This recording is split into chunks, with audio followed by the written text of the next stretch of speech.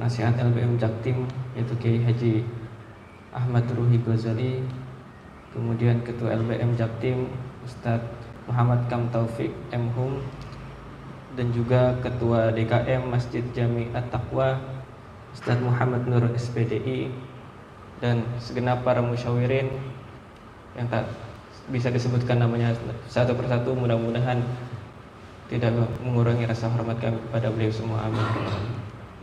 Kemudian Al-Fakir sebagai pembawa acara ingin menyampaikan susunan acara. Yang pertama, sambutan oleh Ketua LBM Jaktim yaitu Ustadz Muhammad Kam Taufik M.Hum. Kemudian sambutan oleh Ketua DKM Masjid Jami At-Taqwa Ustadz Muhammad Nur SPDI, dan juga yang ketiga foto bersama sebelum kita memulai acara Bahsul Kutub Kitab Tasyakutu saja. Kemudian untuk mempersingkat waktu, kepada Ketua LBM Jaktim Ustadz Muhammad Kam Taufik M.Hum kami persilahkan. Langsung dibuka sama beliau.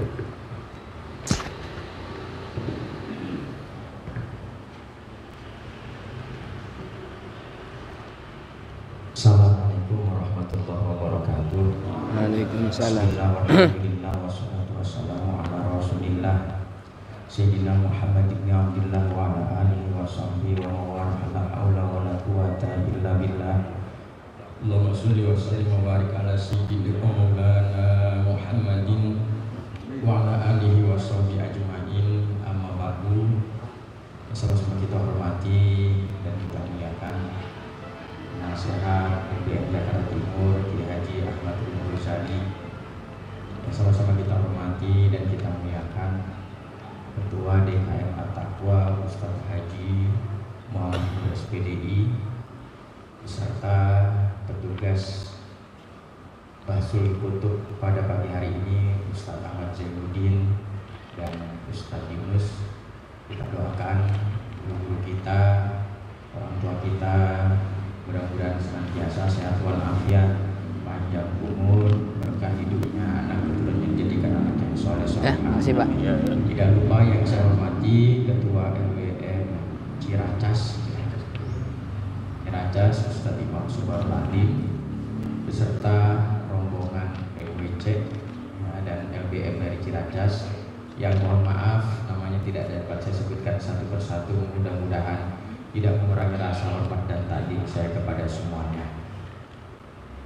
Yang pertama, saya mengucapkan terima kasih yang sebanyak-banyaknya terkhusus kepada Bapak Ketua DKM yang sudah mengizinkan kami beserta kawan-kawan untuk silaturahim, untuk berkunjung di Masjid At-Taqwa dalam rangka Bahsul Kutub.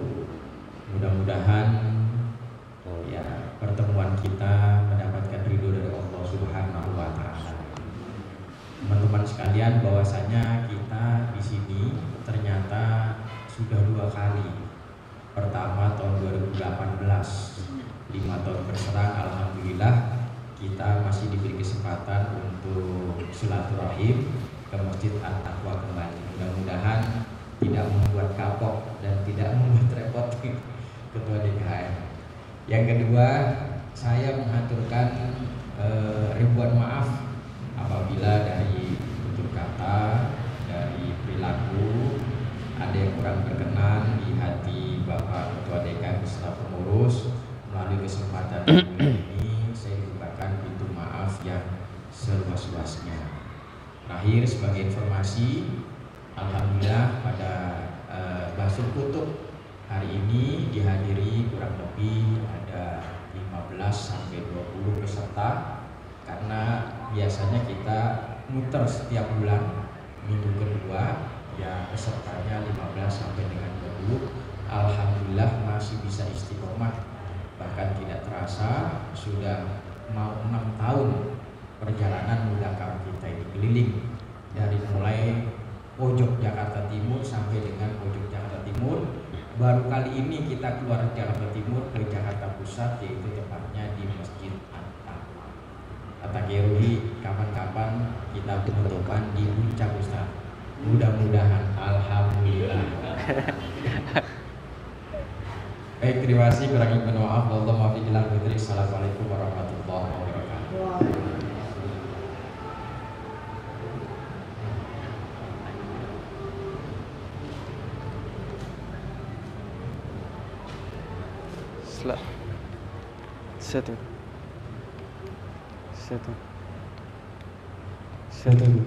Selanjutnya sambutan oleh Ketua DKM Masjid At-Taqwa Ustadz Muhammad Nur. Kami persilahkan. Oke.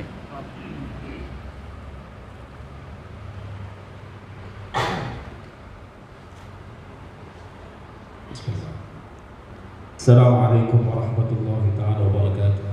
Waalaikumsalam warahmatullahi wabarakatuh. Alhamdulillah rabbil alamin wa bihi nasta'inu ala umuri dunya waddin. Wassalatu wassalamu ala asyrafil anbiya wal mursalin imamil muttaqin sayyidina wa maulana Muhammadin Allahumma shalli ala khatamin nabiyyin wa ala alihi wa sahbihi ajma'in. Qala Allah ta'ala fil Qur'anil Karim, a'udzu billahi minasyaitonir rajim. Bismillahirrahmanirrahim. Fas'alu ahla dzikri kuntum la ta'lamun. Barakallahu al-azim. Ya, sama-sama kita ta'zimi, kita hormati yang terhormat Kiai Haji Ahmad Ruhi Ghazali, penasihat keluarga Basul Masail PCNU Jakarta Timur. Yang terhormat dan yang kita ta'zimi pula Al-Mukarram Al-Ustaz M. Kam Taufik M. Hub sebagai penasihat Lembaga Basul Masail PCNU Jakarta Timur, para asatidz yang hadir pada kesempatan pagi hari ini, yang tidak dapat kami sebut namanya satu persatu, namun tidak mengurangi rasa hormat dan ta'zim kami selaku pengurus kepada semuanya. Pertama dan yang paling utama adalah kita panjatkan puja puji syukur kita kepada Allah Subhanahu wa taala yang telah memberikan kita begitu banyak nikmat. Alhamdulillah. Alhamdulillah, summa alhamdulillah, kita dapat bermuajah, berkumpul di tempat kami, dari masjid kami ini. Mudah-mudahan pertemuan kita ini adalah pertemuan yang membawa rahmat dan pertemuan yang diridhoi Allah Subhanahu wa taala. Dalam acara Bahsul Kutub yang disampaikan oleh Muhammad Kam tadi, kalau serta salam tak lupa pula kita sanjungkan karya dan segala Muhammad sallallahu alaihi wasallam. Mudah-mudahan kita semua termasuk orang-orang yang telah mendapatkan syafaatul uzma'nya fi yaumil qiyamah. Amin ya mujibas sa'ilin. Jamaah yang sama-sama dirahmati Allah Subhanahu wa taala, mewakili pengurus Masjid Jamiah Taqwa, pengurus DKM, pengurus Yayasan Taqwa, pada kesempatan pagi menjelang siang ini saya sampaikan beberapa hal. Yang pertama tentunya kami ucapkan selamat datang di Masjid Jamiah Taqwa yang mungkin terlihat sederhana dibanding masjid-masjid yang ada. Namun kesederhanaan ini adalah wujud dari keikhlasan kami menerima jamaah semua untuk mengadakan acara Bahsul Masail pada kesempatan hari ini, dan semua itu tidak mengurangi kuatnya tali silaturahim kita satu dengan yang lain. Dan mohon maaf pengurus mungkin pada kesempatan hari ini nggak bisa hadir semuanya karena mungkin ada keperluan atau mungkin ada aktivitas lain yang mereka kerjakan pada kesempatan yang sama. Jadi mewakili mereka saya mohon maaf yang sebesar-besarnya. Mudah-mudahan acara ini berjalan dengan lancar. Dan saya secara pribadi mohon maaf pula tidak bisa menemani jamaah sekalian sampai selesainya acara karena kebetulan hari ini saya ada acara arisan keluarga yang harus saya hadiri. Jadi mohon maaf sekali saya nggak bisa temui, terutama mohon maaf saya nggak bisa temui sampai akhir ya, saya nggak bisa temani. Mudah-mudahan sekali lagi apapun yang kita niatkan, semoga niat kita ini dikabulkan Allah Subhanahu wa taala. Niat kita menjadi sebuah wasilah. Artinya acara ini mudah-mudahan menjadi suatu momen yang memperkuat ukhuwah antara pengurus At-Taqwa dengan pengurus dari lembaga Basul Masail Jakarta Timur. Dan mudah-mudahan tidak kapok kata Pak Kam. Ya karena lihat fasilitasnya begini, jadi jangan dia takwa lagi deh, jadi yang lain aja gitu. Ya saya bersyukur sekali, alhamdulillah. Ya saya rasa hanya ini yang perlu saya sampaikan pada kesempatan kali ini. Apabila ada hal yang kurang berkenan, baik tutur kata maupun sopan santun yang kurang, saya mohon kepada itu maaf yang seluas-luasnya.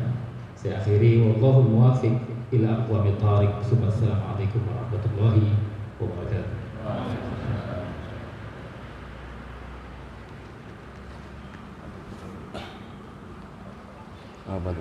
Selanjutnya kita bisa foto-foto terlebih dahulu karena ketua DKM kita akan meninggalkan tempat, dan juga sebelum foto-foto dimohon untuk Kiai Rohi memimpin doa sebelum membahas kitab Al-Fatihah.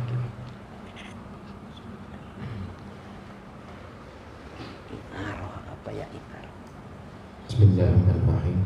Assalamualaikum warahmatullahi wabarakatuh. Waalaikumsalam warahmatullahi Segenap Kiai, Asatidz, junjungan sahabat-sahabat majelis Basul Kutub yang insyaallah kita sama-sama dimuliakan Allah Subhanahu wa taala. Pendahulu-pendahulu kita, guru-guru kita, kiai-kiai kita, khusus pendahulu Nahdlatul Ulama.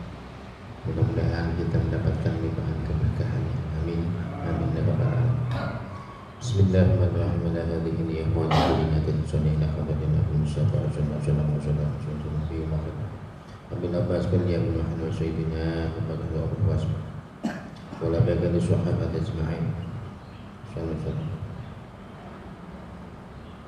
Syai'ulillahi lahumul Fatihah. أعوذ بالله من الشيطان الرجيم بسم الله الرحمن الرحيم الحمد لله رب العالمين الرحمن الرحيم مالك يوم الدين إياك نعبد وإياك نستعين صراط الذين أنعمت عليهم ولا الضالين ثم إلى الوعد ثم إلى القضاء شكر الله جل وعلا عشان وسلم على محمد صلى الله عليه وسلم وسيدنا الشيخ وميزة الإسلام وسيدنا بنية البدائل محمد الغزالي سيدنا السيد سيدنا علي أبو هذا سيدنا علي سيدنا dalam hadis wa jami masyayikhina khususan syahullah majudah al-Qur'an maksud Imam Yahya Muhammad sallallahu wa jami ma'asasna Nahdlatul Ulama khususan bahurul makanan mahasin. Jadi kalau ada baca yang kurang tahu artinya kasih tahu ya. Ada beberapa Muhammad Syedimah Syalmahun Yalihim wa fa'ahim wa dhulfuku ka'alim ajma'in syai'ulillahi lahumul Fatihah. A'udzu billahi minasyaitonir rajim. Bismillahirrahmanirrahim. Alhamdulillahi rabbil alamin arrahmanir rahim maliki yaumiddin. Iyyaka na'budu wa iyyaka nasta'in. Shiratal ladzina an'amta 'alaihim ghairil maghdubi 'alaihim. Al-Fatihah. A'udzu billahi minasyaitonir rajim. Bismillahirrahmanirrahim. Alhamdulillahirabbil alamin arrahmanir rahim maliki yaumiddin. Iyyaka na'budu wa iyyaka nasta'in. Shiratal ladzina an'amta 'alaihim ghairil maghdubi 'alaihim waladdallin. Wa dhammina ruhi jamil muslimina wal muslimat wal mu'minina wal mu'minat al-ahya'i minhum wal amwat khususan ruhi abaina wa وأمهاتنا وأجدادنا وجداتنا وأخوالنا وخالاتنا وأعمامنا وعماتنا وإخواننا ومشايخنا ومشايخنا ولمن اجتمعنا هنا بسببه ولأجله. الفاتحة. أعوذ بالله من الشيطان الرجيم. بسم الله الرحمن الرحيم. الحمد لله رب العالمين الرحمن الرحيم مالك يوم الدين. إياك نعبد وإياك نستعين اهدنا الصراط المستقيم صراط الذين أنعمت عليهم ولا الضالين. Sekali lagi Fatihah untuk pendiri Masjid At-Taqwa, pada pewakifnya, para tokohnya, kiai-kiainya. Mudah-mudahan amal ibadahnya diterima oleh Allah Subhanahu wa taala dan dosa-dosanya mendapatkan tempat yang mulia di sisinya. Amin. Amin ya rabbal alamin. Hari ini ya. Al-Fatihah. A'udzu billahi minasyaitonir rajim. Bismillahirrahmanirrahim. Alhamdulillahirabbil alamin arrahmanir rahim maliki yaumiddin. Iyyaka na'budu wa iyyaka nasta'in ihdinas siratal mustaqim siratal ladzina an'amta 'alaihim ghairil maghdubi 'alaihim waladdallin. Demikian kurang lebihnya, mohon maaf. Assalamualaikum warahmatullahi wabarakatuh. Assalamualaikum. Kemudian mari kita bisa foto-foto terlebih dahulu. Monggo. Oke. Monggo.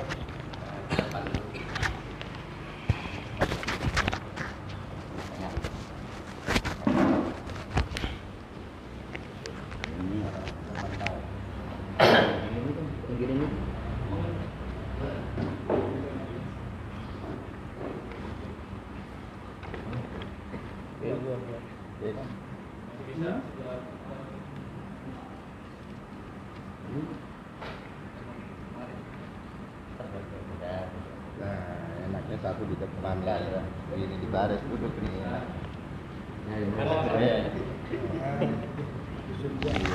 Yang masih muda. 1, 2, 3. Lagi 1, 2, 3. 1, 2, 3. Tangannya Mel, tangannya. Mel. 1, 2, 3.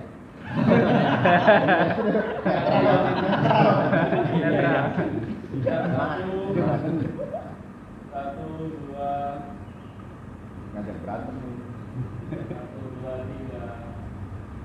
Lagi 1, 2, 3.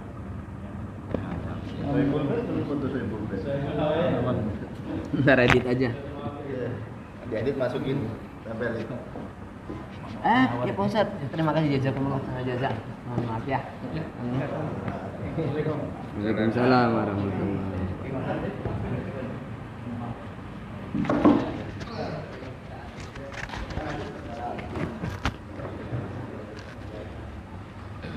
Baik, alhamdulillah. Kemudian beranjak acara selanjutnya, Al-Fakir serahkan kepada Mubayin. Tafadhal masykur. Ini ya.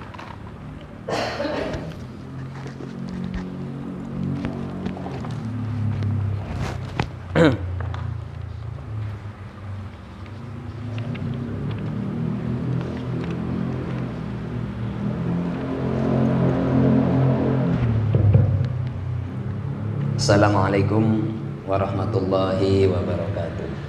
Assalamualaikum warahmatullahi wabarakatuh. Bismillahirrahmanirrahim. Alhamdulillahirabbil alamin wa bihi nasta'inu ala umuri dunya waddin. Wassalatu wassalamu ala asyrafil anbiya'i wal mursalin sayyidina wa maulana Muhammadin wa ala alihi wa sahbihi ajmain. Amma ba'd.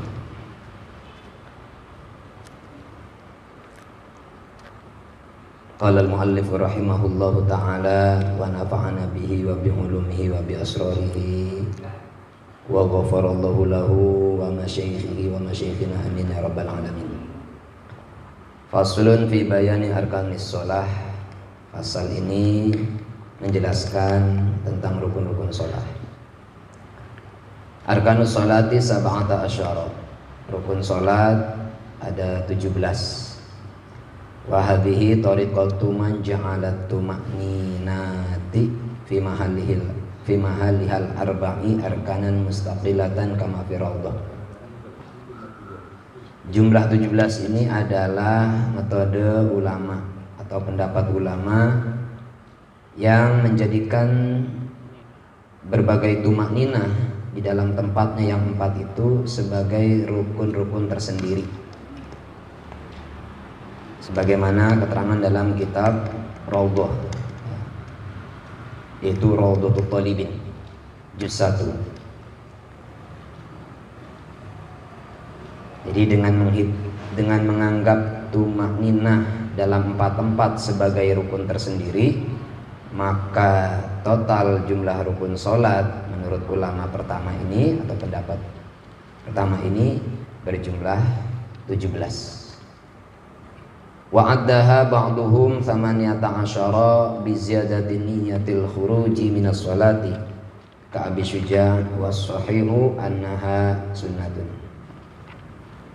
Sebagian ulama lagi yang lain menganggap rukun sholat itu berjumlah 18 dengan menambah satu rukun lagi, yaitu niatul khuruj minas sholat, niat keluar dari sholat, sebagaimana pendapat Imam Abu Syuja'. Itu bisa dilihat pada matan Abi Syuja' yang bernama Al-Ghayatu wa Taqrib, kitab Taqrib. Wasahihu annaha sunnatun. Sementara pendapat yang sahih mengatakan bahwa niatul khuruj minas shalah itu bukan rukun melainkan hukumnya sunnah. Wa adaha ba'duhum kadzalika aidan lakin la bima dzukira bal bi ziyadatil mualati kama fisitin. Sebagian ulama lagi menganggap atau menghitung atau berpendapat rukun sholatnya ya sama 18 seperti pendapat kedua tadi, tapi penambahannya bukan seperti yang sudah disebutkan, yaitu bukan menambahkan niatul khuruj ya, niatul khuruj minas shalah, tapi dengan menambahkan mualah. Jadi tambahannya mualah dari yang 17 menjadi 18 dengan tambahan rukunnya adalah satunya lagi mualah, sebagaimana keterangan dalam kitab Sittin. Kitab Sittin ini la'ala shawab itu mantumatu Sittin masalah ya. Sittin masalah. Wal mu'tamadu annaha syartun lirukni. Nah, sementara pendapat mu'tamad yang bisa dibuat sandaran pegangan bahwa mualah itu adalah syarat untuk rukun, tidak menjadi bagian dari rukun sholat itu tersendiri, syaratnya rukun. Wa adaha ba'duhum 14 bi ja'li tuma'ninati fi mahali hal arba'i ruknan wahidan littihadi jinsiha.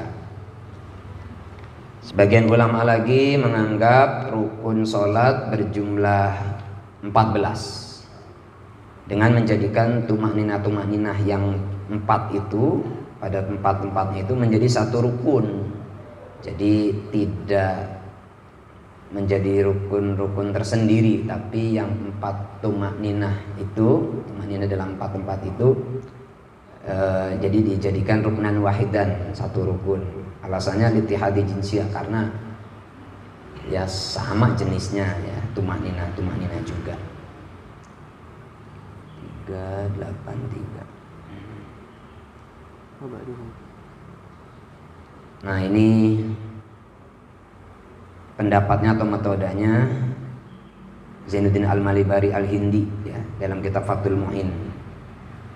Sebagaimana juga metodenya Syekh Nawawi Al-Bantani dalam kitab beliau yaitu Nihayatul Zain.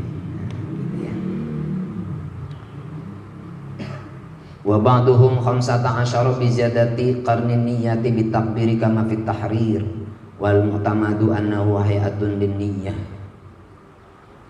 Sebagian lagi ulama menganggap rukun salat itu 15 dengan menambahkan qarnun niat bi takbir, membarengkan niat dengan takbiratul ihram. sebagaimana keterangan dalam kitab Tahrir. Wal mu'tamadu anahu hayatun linniyah. Sementara pendapat mu'tamad mengatakan bahwa qarnun niat bitakbir, membarengkan niat takbir itu hayatun linniyah. Jadi bentuk niat ya, bentuk untuk niat ya, hayatun linniyah. Jadi bukan menjadi rukun sholat, tapi itu hayatun linniyah. Yang nanti ada pembahasannya selanjutnya itu ya. Wa minhum man ja'alaha 19 bi ja'li khusyu'i ruknan kal Ghazali. Sebagian ulama lagi berpendapat rukun sholat ada 19 dengan menjadikan khusyuk sebagai sebuah rukun dalam sholat, sebagaimana Imam Ghazali berpendapat ya. 384. Ini ada dalam kitab beliau, ada dalam kitab beliau Ihya Ulumuddin gitu ya, juz 1. Wa minhum man ja'alaha 20 bi ziyadati dzatil musalli wa shawabu annahu la yu'addu minal arkani fi sholati li annaha laha suratun fil khariji yumkinu ta'aqquluha wa tasawwuruha biduni ta'aqquli musallin. Sebagian ulama lagi menjadikan rukun sholat atau berpendapat rukun sholat itu 20 dengan menambahkan zatul musalli, zatnya orang yang sholatnya gitu ya.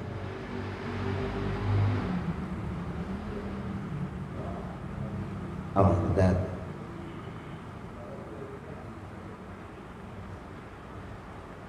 Nanti kalau ada yang keliru mohon diperbaiki ya dari keterangan kami. Waswabu annahu la yu'addu minal arkani fi sholati li anna laha suratun fil khariji yumkinu ta'aqquluha wa tasawwuruha biduni ta'aqquli musallin.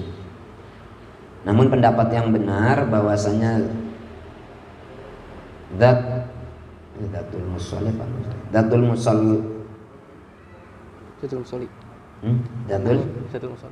musalli ya.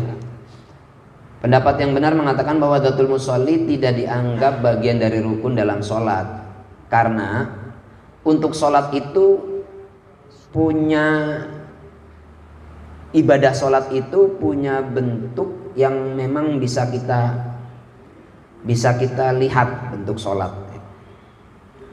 dan bisa kita gambarkannya. Praktek sholat itu seperti apa ya, tanpa perlu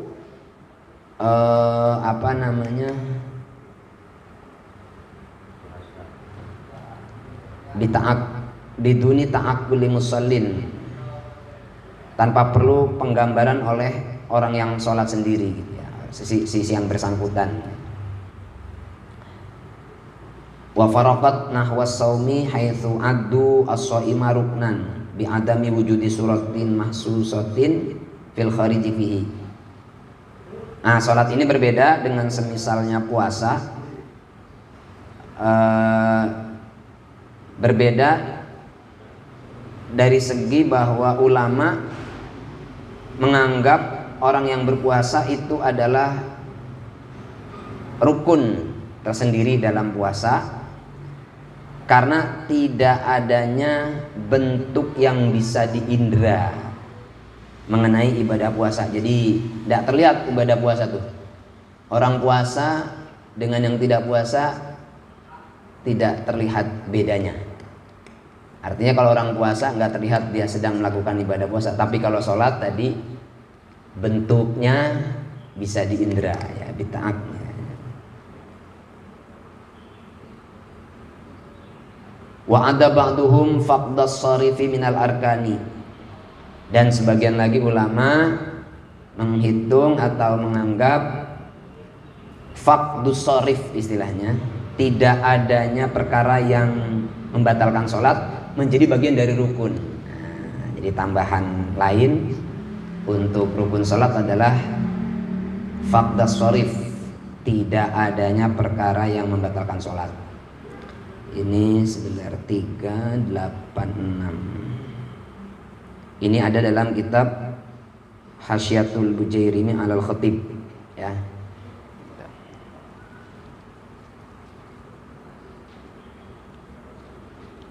Wa ala adi hadhihi zawaidi arkanan takunu jumlatuha 23. Nah, berpijak dari berbagai tambahan-tambahan tadi dari para ulama-ulama lain, maka total rukun salat itu jumlah keseluruhannya ada 23. Wal mu'tamadu ma fil minhaj wa ghairihi min ja'liha 13 bi ja'lit tumaninati hayatan tabi'atan lirukni tamaniyatan af'alan wa hiya an-niyatu wal qiyamu war ruku' wal i'tidalu wasujudu wal julusu baina sajdataini wal julusul akhiru wat tartibu.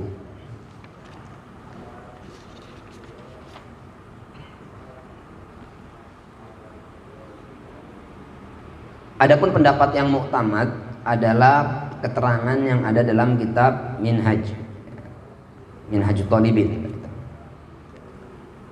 Dan juga selain kitab Minhaj, misalkan kitab Al-Muqaddimatul Hadramiyah yang berpendapat atau menjadikan rukun sholat itu 13 ya. Dengan cara menjadikan tumakninah yang ada sebagai hayatun tabi'atun lirukni. Jadi tumakninah yang ada itu hanya sebagai hayat ya, keadaan bentuk yang mengikuti rukun yang ada dalam rukun ya. Bentuk rupa daripada rukun untuk rukun. Nah 13 ini dengan perincian 8 berbentuk rukun af'al, yaitu 1 niat, 2 berdiri, 3 ruku, 4 i'tidal, 5 sujud, 6 duduk antara 2 sujud, 7 duduk akhir, yang ke-8 tartib. Sementara sisanya yaitu 5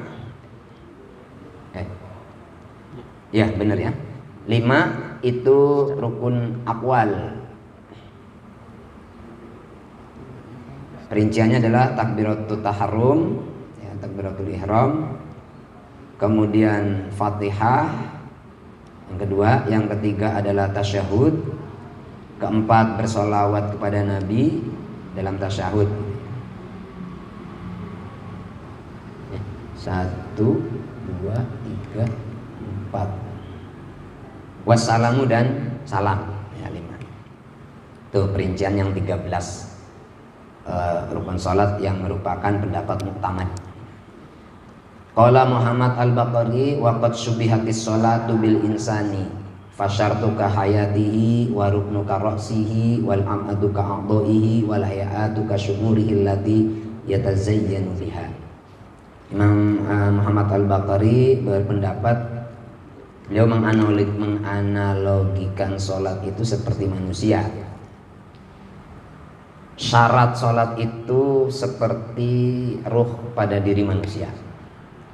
Rukun sholat itu seperti kepalanya manusia, seorang manusia ya. Dan sunnah-sunnah abad itu laksana anggota tubuh dari seorang manusia. Wal hayat, sedangkan sunnah hayat itu ibarat rambut-rambut yang menghiasi diri seorang manusia. Al awalu an niyatu ay bil qalbi fala yajibu an nutqu biha bil lisani lakin yusannu li yu'awinal lisanul qalba.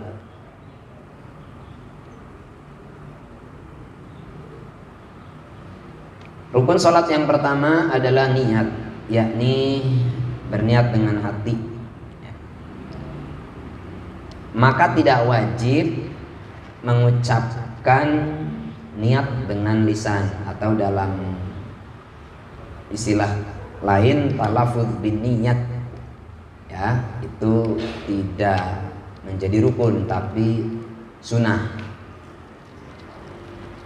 ya. Ini lakin yusannu liyu'awina lisanul qalba, tapi mengucapkan niat dengan lisan itu disunahkan dalam rangka membantu lisan, dalam rangka lisan untuk membantu qalb, ya, jadi mengucapkan niat itu supaya qalbu, niat hati kita terbantu untuk berniat.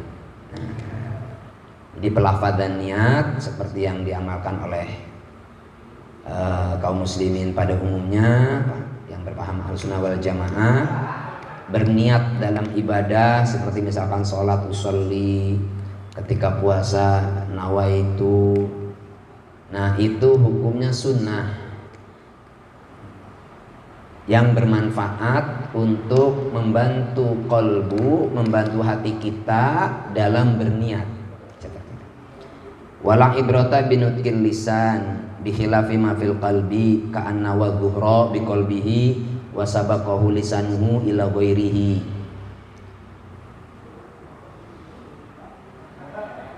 Untuk pengucapan lisan itu tidak menjadi barometer, tidak menjadi ukuran penentu.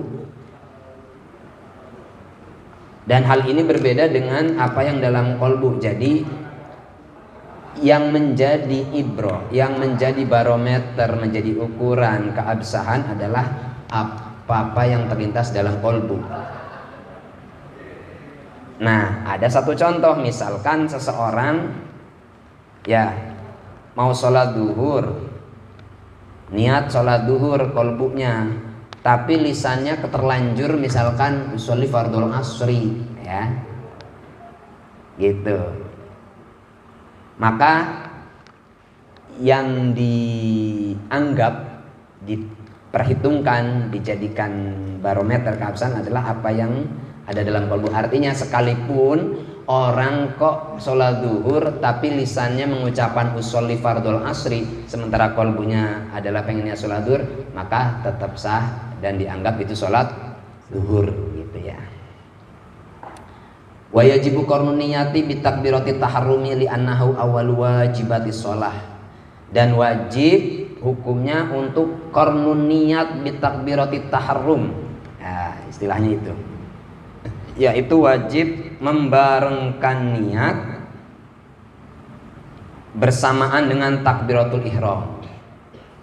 Ketika takbiratul ihram, nah Allah, maka wajib qarnun niyat, membarengkan niat itu.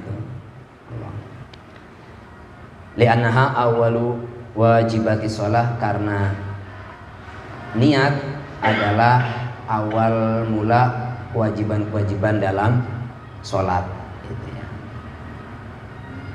Wa'lam anna lahu muqaranatan haqiqiyatan wastighdaran haqiqiyan wa muqaranatan urfiyatan wastighdaran urfiyan ijmaliyaini.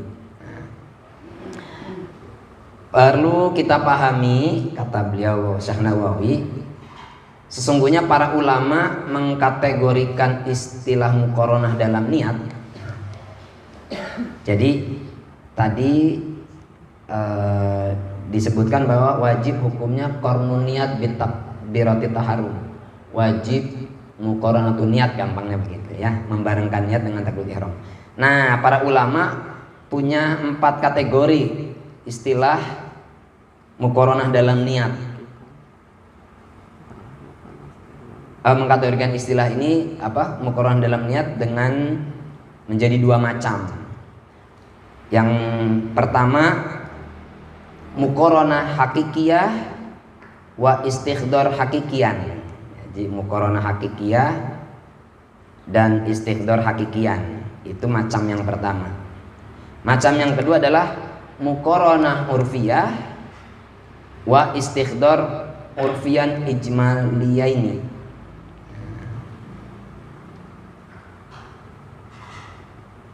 Jadi itu dua macam kategori muqaranah dalam niat. Ya. Nanti penjelasannya ada penjelasan lebih lanjutnya. Wal muqaranatul haqiqiyatu ba'dal istighdaril haqiqi wal urfiyatu ba'dal urfi. Untuk muqaranah hakikiyah itu terjadi setelah istighdar hakiki. Dan muqaranah urfiyah terjadi setelah istighdar urfi. Berikut detail dari penjelasan istilah muqaranah dalam niat yang dikategorikan oleh ulama menjadi dua macam tadi. Fal istighdarul hakiki ayastakhdira fi dhihnihi dzatas sholati ay arkanaha thalathata asyara allati min jumlatihan niyatu wa ma yajibu at-ta'arrudu lahu fiha tafsilan bi ayyaqsida kullu ruknin bidzatihi alal khususi wa takunu hay'atuha amamahu kal arus. Pengertian istighdar hakiki yakni sekiranya musolli, orang yang sholat, menghadirkan zatnya sholat di dalam hatinya. Artinya ia menghadirkan rukun-rukun sholat yang berjumlah 13, yang mana niat merupakan salah satu darinya, dan dia menghadirkan sesuatu yang wajib dijelaskan dalam niat secara rinci. Misalnya ia menyengaja, jadi ada qasdu dalam hatinya mengajak setiap rukun dalam sholat dengan zat rukun tersebut secara khusus, dan hay'ah keadaan zat tersebut diadakan di setiap rukun, yang analoginya seperti menghadirkan dua pengantin di depan para orang-orang yang hadir. Nah, jadi begini.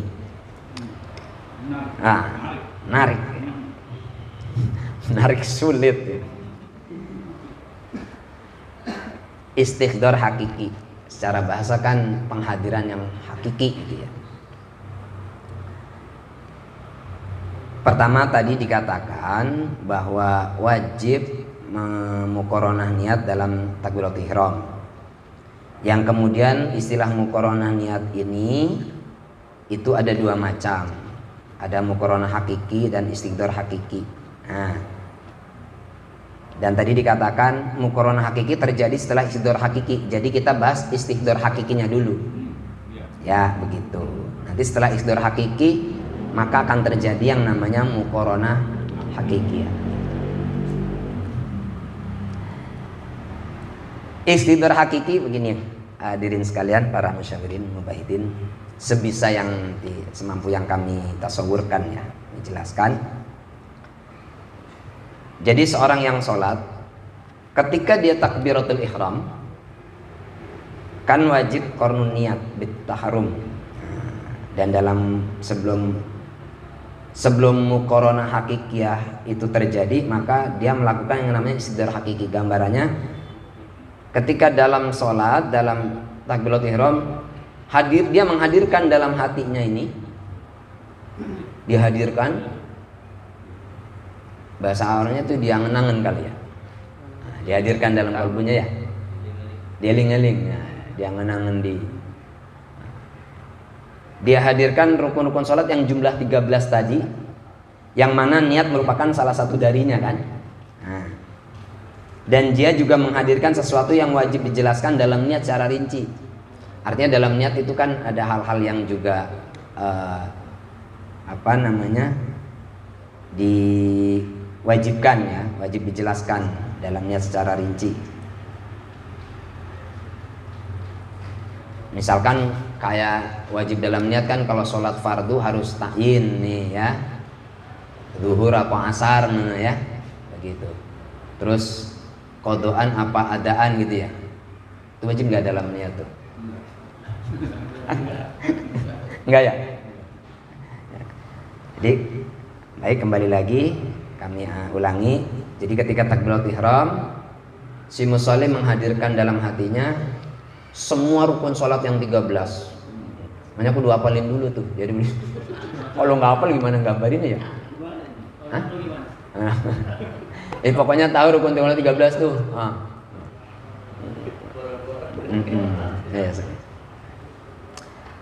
Jadi hadirkan rukun-rukun sholat yang 13 itu, yang mana niat juga termasuk salah satu darinya.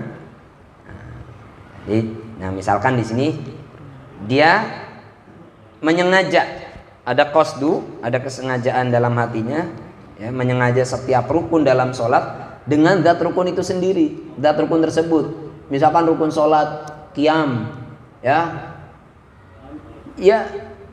ada postur dia untuk saya berdiri melakukan rukun sholat yang namanya berdiri, gitu kan.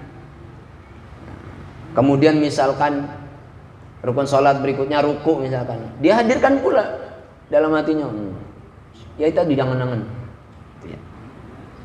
Nah, jadi menyengaja setiap rukun dalam sholat dengan zat rukun tersebut secara khusus itu, dan juga menghadirkan hay'ah keadaan zat tersebut diadakan di setiap rukun, dan juga hay'ah keadaan setiap rukun juga digambar, di angan-angan gitu.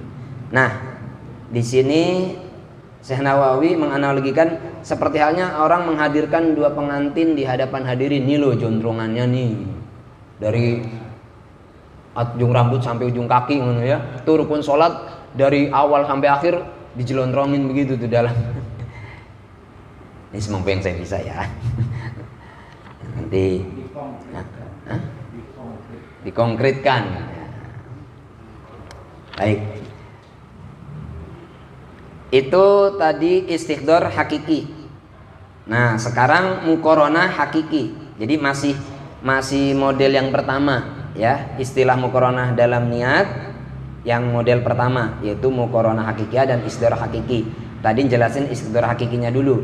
Karena memang setelah istighdar hakiki barulah muqaranah hakiki. Karena dikatakan muqaranah hakiki terjadi setelah istighdar hakiki.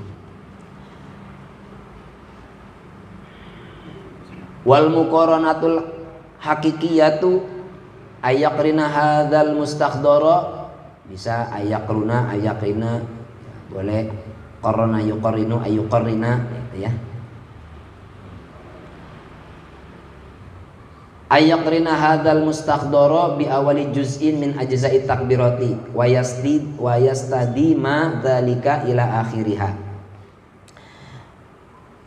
Pengertian muqaranah hakikiyah adalah sekiranya musolli menyertakan apa yang dihadirkan di dalam istighdar hakiki tadi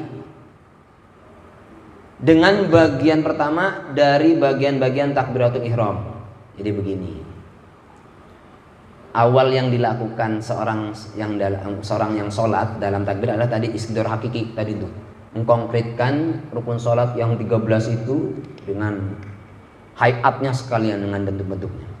Nah, setelah itu dia menyertakan itu dengan bagian pertama dari takbirnya. Jadi ketika takbir, itu tuh istighdar hakiki dimunculkan. Ini yang namanya membarengkan niat dengan takbiratul ihram. Muqaranah hakiki itu modelnya adalah menghadirkan istighdar hakiki ketika takbiratul ihram. Ketika istighdar hakiki dilakukan, maka terjadilah muqaranah hakikiyah yang katanya sulit tadi. Nah, ini letak kesulitannya bisa jadi wayastadima dzalika al akhiriha. Dan ini harus terus dilanggengkan penyertaan tersebut sampai akhir takbiratul ihram. Jadi mulai dari Allah sampai itu ya, ya. Itu harus terus tuh istighdar hakiki dilakukan. Nah, syangel wes, pokoknya ngono. Ya. Tapi insyaallah dari para mubayirin ada yang bisa menyederhanakan ya, insyaallah. Baik, lanjut hadirin.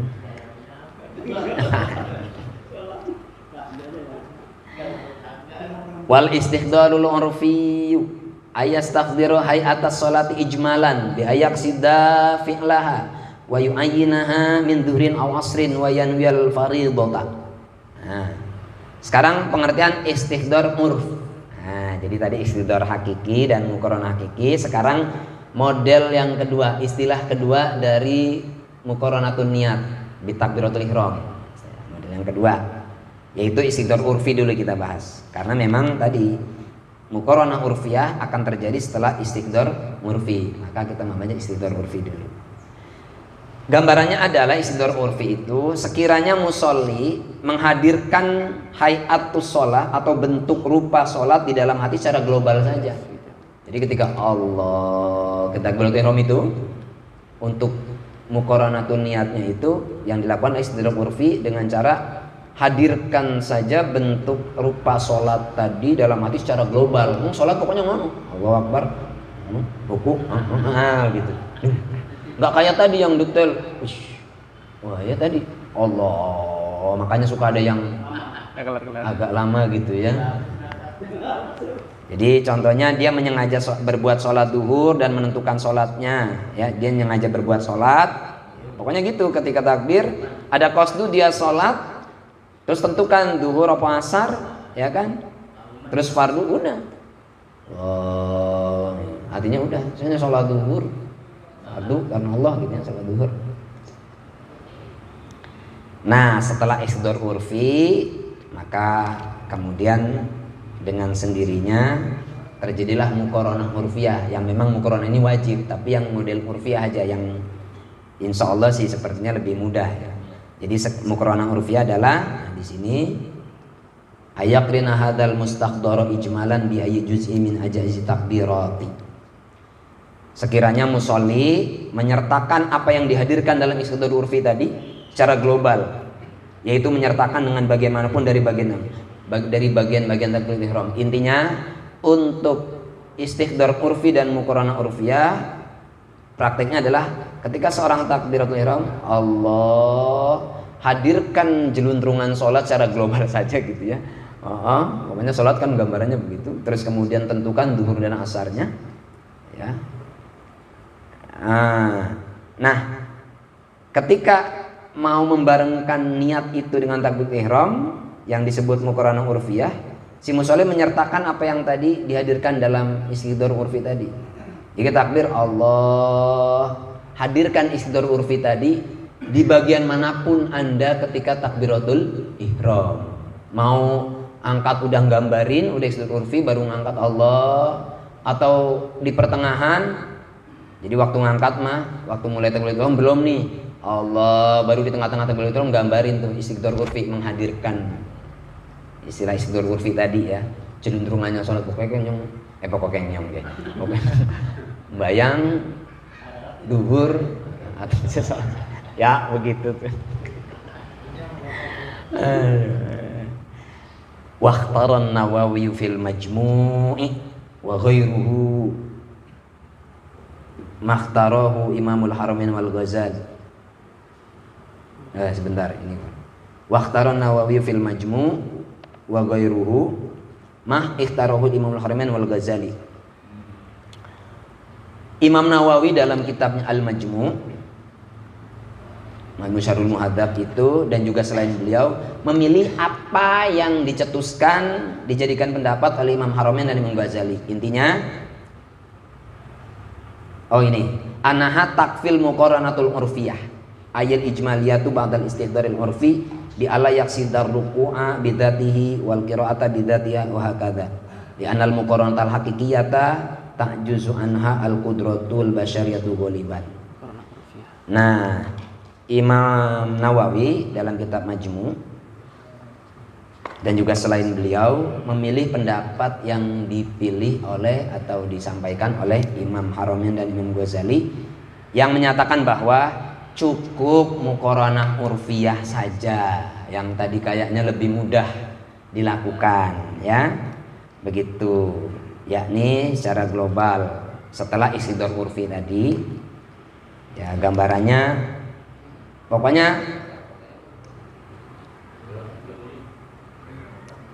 dia bermaksud ruku, ya udah jadi apa,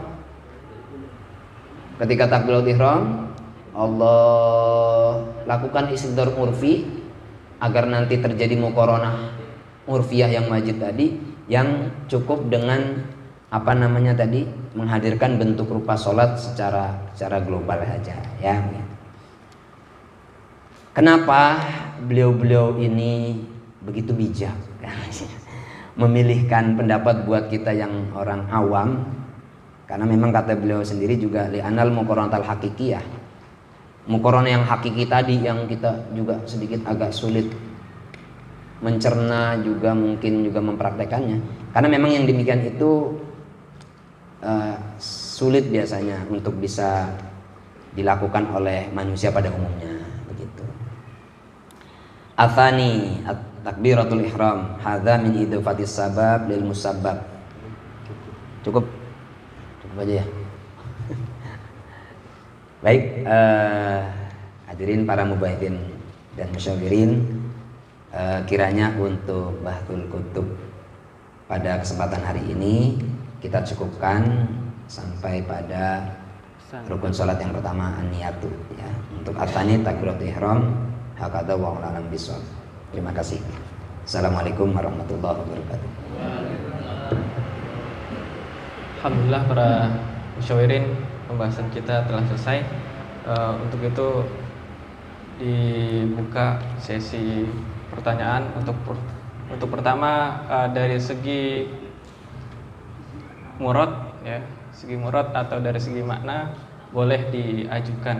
Apabila ada yang tidak setuju dengan mubayin bisa disampaikan. Keluarkan unek-uneknya aja. Alhamdulillah di tempat kita ini ada hadir salah satu cucu Nabi kita, Nabi Muhammad SAW, Al-Atos.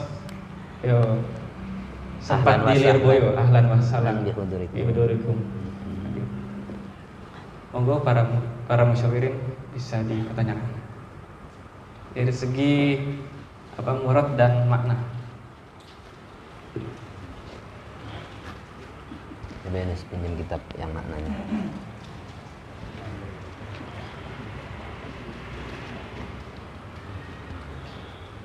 Ini Pak, terima kasih. Saya minta murotin lagi, jelasin lagi. Saya belum paham nih yang akan sholat pertama itu. Yang pertama wal mutamat anahu syartun li rukni. Ya, bahwa niatul khuruz itu merupakan syarat bagi rukun. Itu maksud tasawurnya bagaimana itu? Syarat bagi rukun, syartun li rukni. Kemudian ada lagi bahasa hayatan tabiatan li rukni atau hayatan li niyat. Nah itu tasawufnya bagaimana itu? Baik. Masih Satu lagi tapi Ittihad jinsiyah. Ittihad jinsiyah. Oh, pakai mau nanya itu? Oh. Ya dua, kalian dua. Ittihadul jinsiyah. Baik. Hah? Oh dibeli. Ya priben maning dia. Ya wes.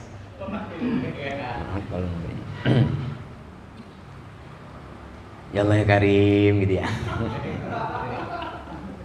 Baik, untuk penjelasan lebih lanjut tentang mualah yang merupakan tambahan sebagai rukun sholat, yang kemudian di situ dikatakan bahwasanya pendapat mutamat hanya mengatakan itu syartun li rukni gitu ya. Nah, apa maksudnya syartun li rukni?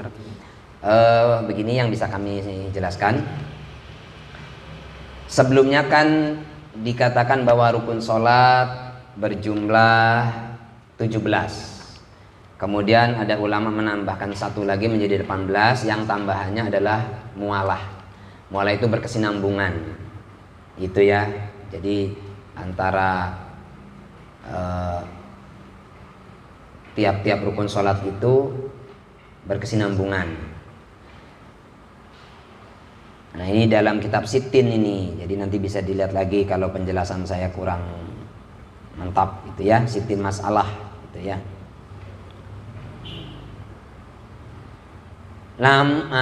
Namun pendapat mutamat mengatakan bahwa mualah itu bukan rukun sholat tapi syartun li rukni.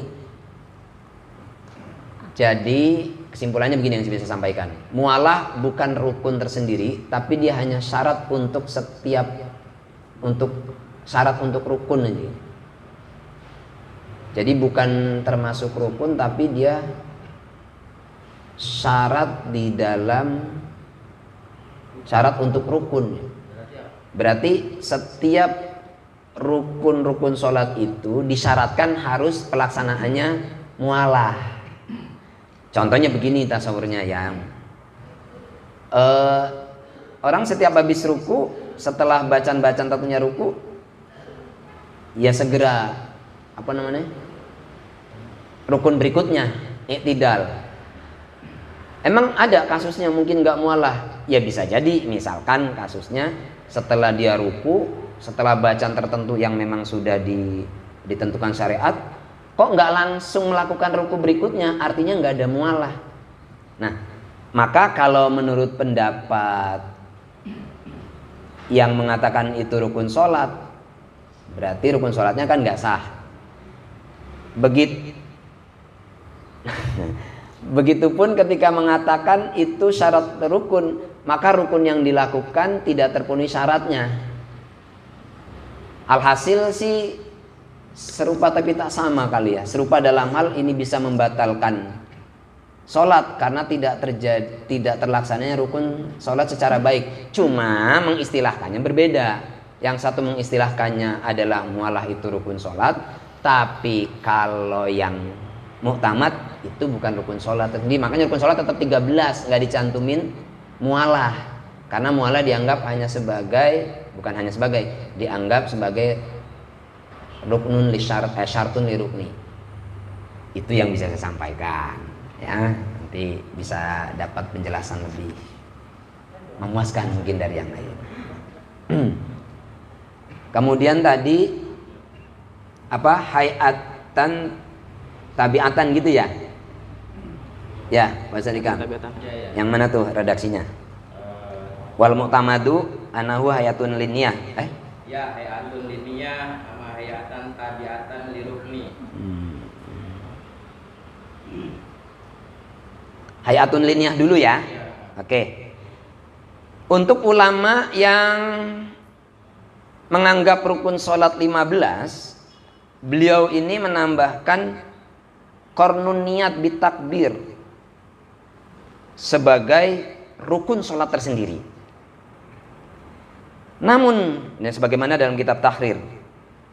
Namun pendapat yang mutamad, dia bukan rukun tapi hayatun liniyat. Ya tadi penjelasan yang panjang lebar tadi itu. Jadi satu bentuk, satu rupa yang memang mengikuti dalam niat. Jadi bukan, sekali lagi, pendapat mutamad mengatakan dia bukan rukun tapi hayat untuk niat, bentuk dari niat, rupa bentuk untuk sebuah niat. Nah,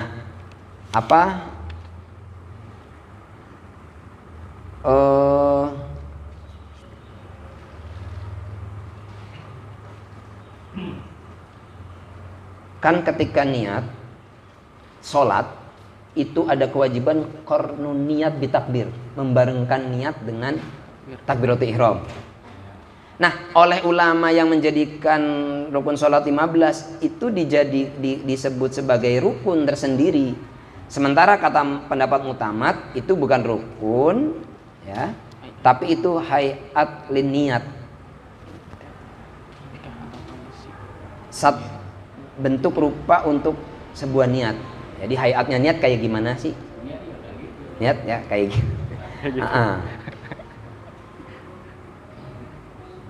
Itu yang bisa saya sampaikan ya.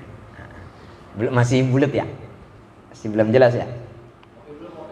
Ngopi dulu.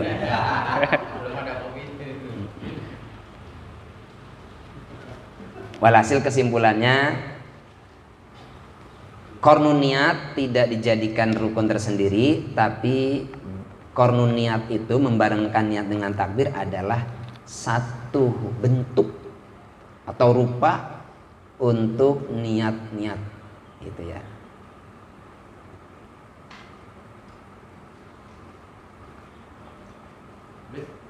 Ya gitu aja. Silakan para rekan-rekan musyawirin mubayyitin berpendapat. Oke, Rufi. Ini dulu nih Kang, ada yang bisa menambahkan, silakan. Silakan. Mungkin Ada ketiga. Ada yang ngerti enggak? Salam. Silakan para musyawirin, ada yang ditambahkan Ya. untuk bisa memahami ini semua, kita semua. Saya menanggapi. Ya. Saya mau menanggapi.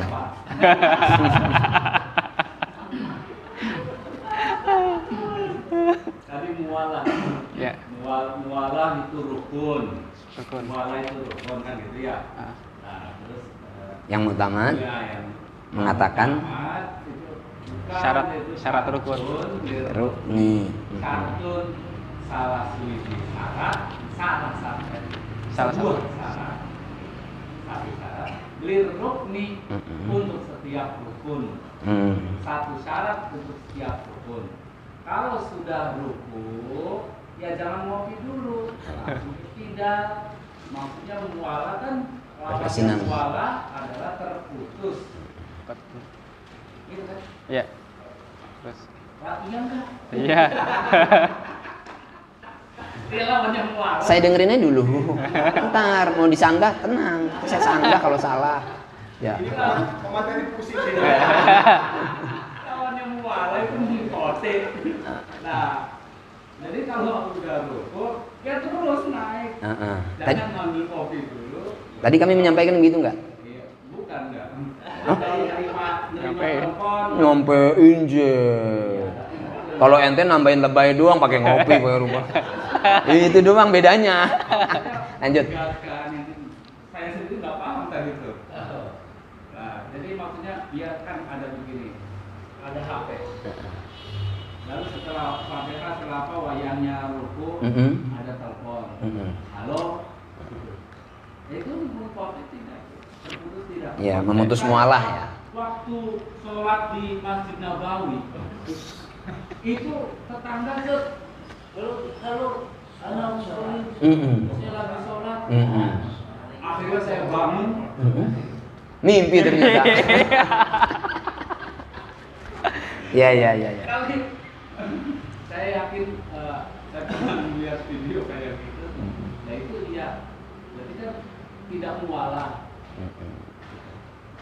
Dan rukunnya berarti tidak sah ya, karena nggak terpenuhi syarat.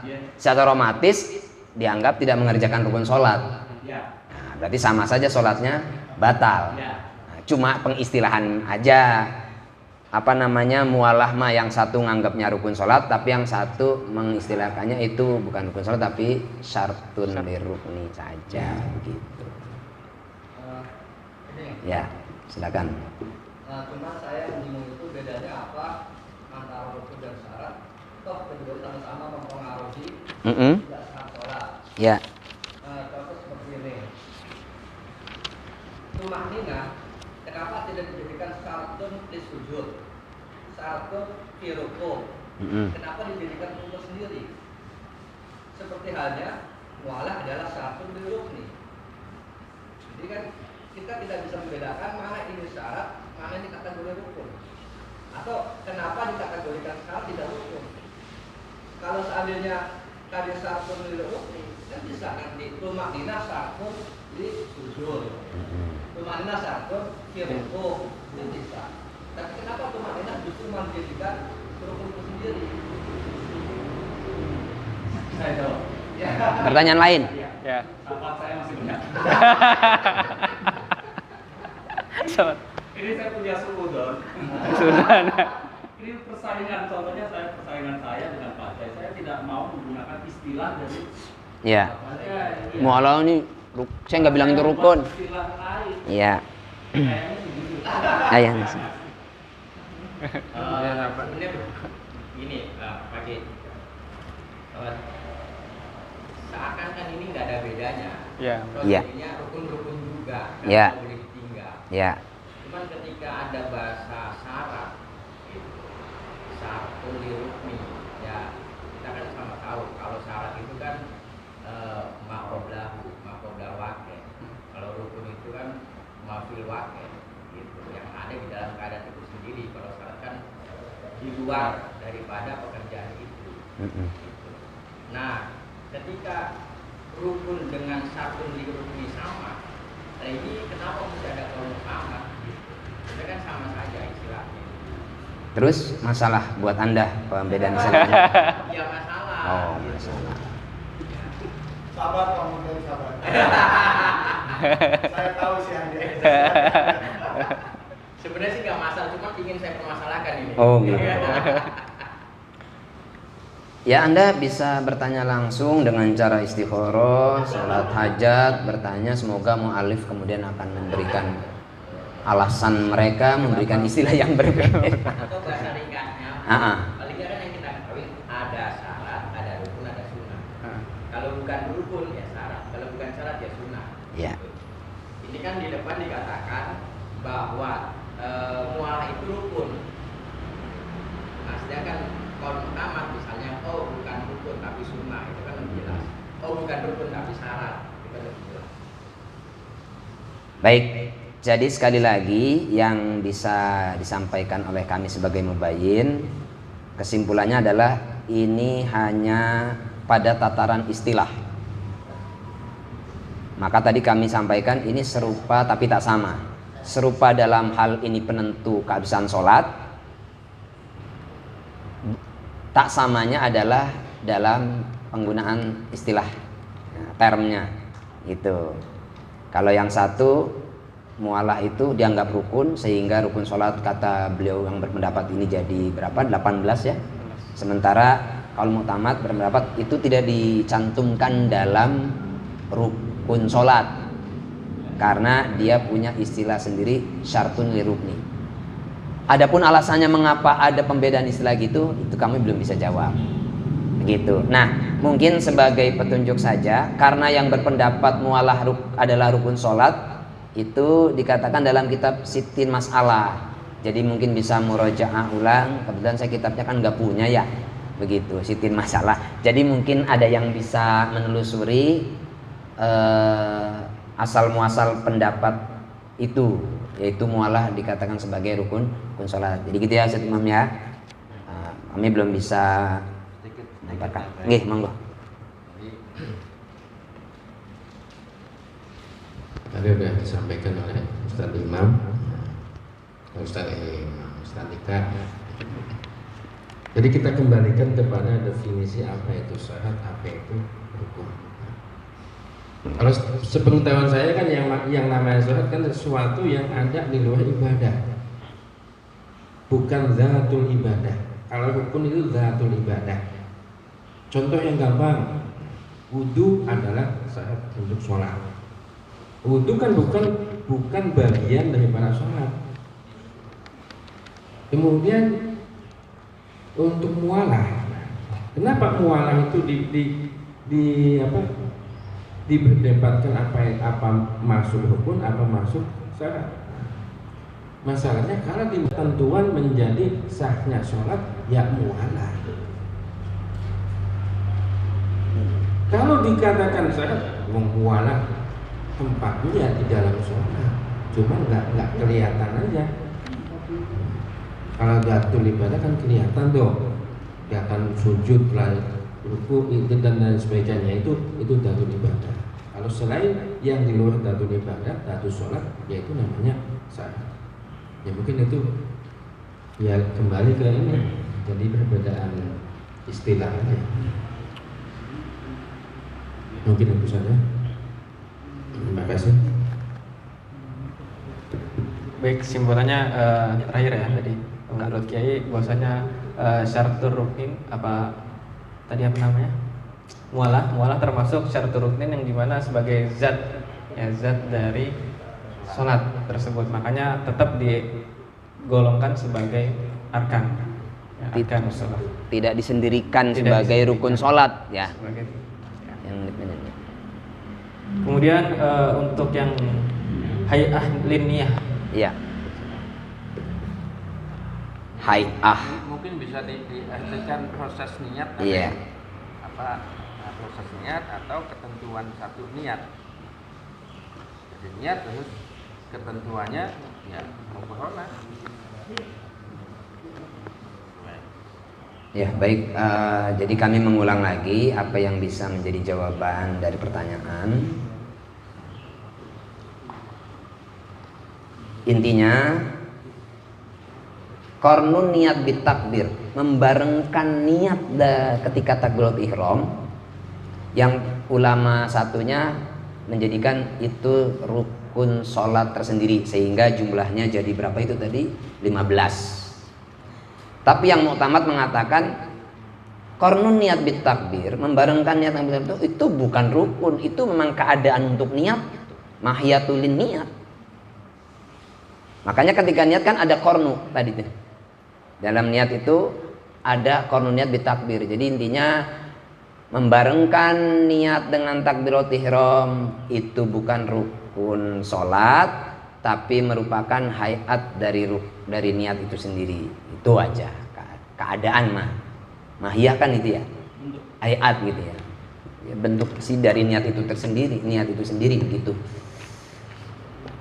Dah. Bos ada yang mau nambahkan? Sajun. Sajun nih. Sogi. Ya, monggo. Sebelumnya perkenalkan saya Saudi Al-Antas, saya dari Depok. Masya Allah. Karena emang saya nggak dengar dari awal, saya di sini sebagai TRBM tim pengurus baca masail. Jadi saya mau mempermasalahkan soal niat yang tadi itu.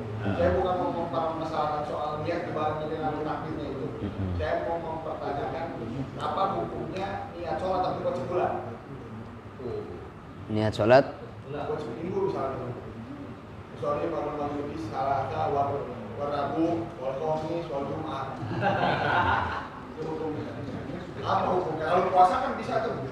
Kalau puasa kan bisa, itu niat nih. Yeah. Niat puasa sebulan bisa, niat sholat bisa kan buat sebulan. Wah. Bisa nggak tuh? Harusnya bisa. Sama-sama ibadah. Sholat sekali buat sebulan bisa nggak? Kayak yang kemarin tuh. Kalau sekali sholat buat sebulan saya Iya. masih kafir ya. Tapi hari ini sholat mungkin. Cuma saya mempermasalahkan niat satu buat sebulan atau buat seminggu. Baik. Kalau seandainya puasa bisa nih cuma ini. Puasa kan bisa nih buat sebulan ini. Satu kali niat buat sebulan bisa tuh. Iya. Ini sholat nih niat. Anda cari masalah ya. Ya bener kan kan? Dari masalah emang. Masalah. Tapi nggak. Baik. Poin harus mengetahui. Iya. Jadi saya di sini ini kan sebagai TPR. Baik. Tim pengurus baru. Baik. Boleh saya jawab? Boleh. Ya.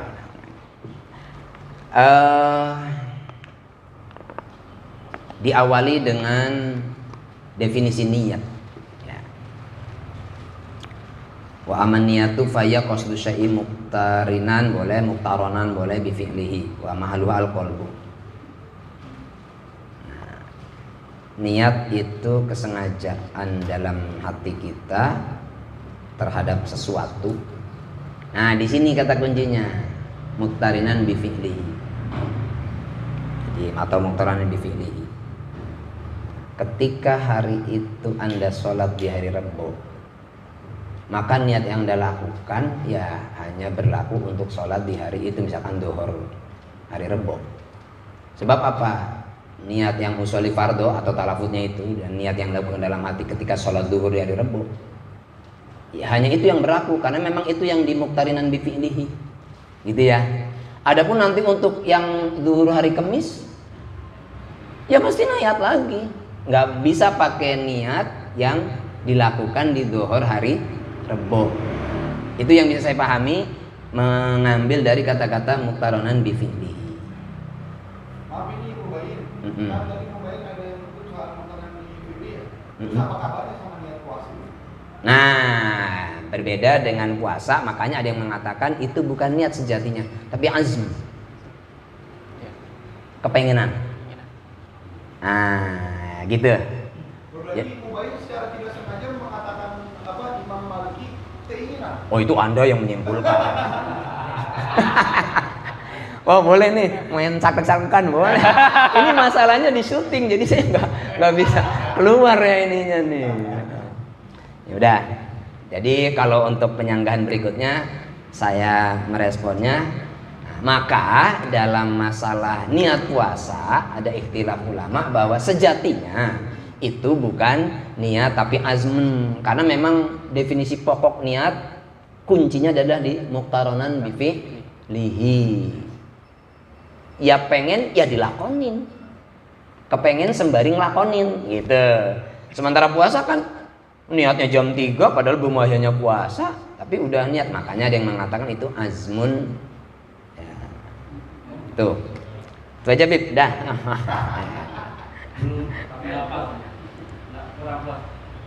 Kurang puas. Ya kalau nggak enak Anda doang sendiri saya nggak masalah. Iya. Hah? Syafaat. Numpang tenar aja ente. Sama. Maaf ya bapak-bapak, emang kami ya begini nih. Karena seumuran nih. Kalau sama yang lebih sepuh ya nggak berani. Baik. Terima kasih ya Bib ya. Ini nggak tepat itu jawaban itu. Tidak tepat, sama sekali tidak menyentuh esensi dari Ini mau menolong apa mau ngikutin? Iya enggak. Nggak apa-apa. Nggak apa-apa Bib, namanya orang lagi usaha. Pengen tenar nggak apa-apa Bib. Monggo Ustaz Akhil. Sama puasa. Ya. Sholat itu wajibnya sholat kapan? Ketika masuk waktu. Sholat sekarang saya tidak wajib sholat zuhur. Iya. Karena belum masuk. Iya nggak? Iya. Ya benar. Berbeda dengan puasa. Puasa itu wajibnya ya salah. Masuk Ramadan. Ya, syahron kamilan gitu. Tapi kalau sholat wajibnya 1 kali dan setelah masuk waktu, tetap. Maka saya tidak wajib sholat untuk besok karena dia belum. Ya. Ada yang sadar? Ya. Nah, maka niat itu niat sholat, niatnya ketika sholat hari itu saja, tidak wajib sholat untuk besok karena asar sudah mati. Pak Quraisy kan? Ini nya doang. Pinternya mah enggak. Jangan puasa setiap muslim masuk bulan Ramadan wajib puasanya 30 hari. Gitu. Maka ada terobosan niat selama 1 bulan karena memang wajibnya puasa itu 1 bulan. Nah ini Anda harus mengakui saya akhir. Begini ya, itu kan kembali nanti ke konsumen. Penanya. Puasa bang. Mau terima yang ini sebagai penjelasan dari jawaban atau mau terima itu yang belaga-laga ya biasa khalif tu'raf. Gitu. Dia akan selalu berbeda Pak karena pengen terkenal. Tapi nggak apa-apa itu terserah konsumen. Iya. Banyak nggak apa-apa Bib. Yang penting belum sholat johor aja ajan nih. Enggak. Abang. Biarin berdua Pak. Biarin aja berdua. Kalau seandainya sekarang kita dulu wajibnya zuhur besok kita belum wajib karena belum masuk waktunya. Sedangkan puasa kalau emang abang ngomong sebulan, itu kan kita wajib puasa itu kan waktu kita dari sahur ke maghrib, habis maghrib itu kan kita nggak wajib puasa dan itu bukan waktunya puasa. Iya benar. Iya. Iya benar. Terus Nah, ini koridornya. Iya. Berarti kan mati itu. jadi perdebatan dalam masalah puasa itu ada ulama yang mengatakan ibadah puasa itu adalah ibadah yang kesatuan. Ada yang mengatakan adalah mustaqilah antara puasa hari Senin beda dengan puasa hari Selasa. Oleh karenanya yang mengatakan bahwasanya bisa sampai 1 bulan karena seperti ibadah satu. Makanya boleh dilakukan dari awal sampai akhir. Berbeda dengan sholat adalah ibadah mustaqilah antara satu dengan yang lain adalah tidak ada kaitannya. Itulah yang dimaksud dengan keapias. Ketika masuk Ramadan ini 30 hari. Nah ini logikanya pendapatnya Imam Malik nih. Oleh karenanya bisa digunakan puasa untuk semalam, semalam untuk 30 hari. Tapi yang mengatakan ibadah mustaqilah seperti halnya rotan atau penyangkalan dari Habib, puasa yang Senin ya beda dengan puasa yang Selasa. Kenapa? Karena puasa itu sudah mustaqilah, sudah berpisah dengan puasa yang Selasa. Nah kemudian tadi apakah benar di situ niat apa puasa itu masuk ke azam? Azam yunazilu mazhab. Memang azam beneran. Yang tadi. Iya. Azam itu memang. Itu pendapat dari Iya. pribadi sendiri. Saya kan baca tapi udah lama bacanya, jadi nggak bisa bawain kitabnya, begitu. Ya begini, berawal kan dari pertanyaan Habib tadi ya. Berarti Bukain ada bilang saya awal permasalahan. Iya.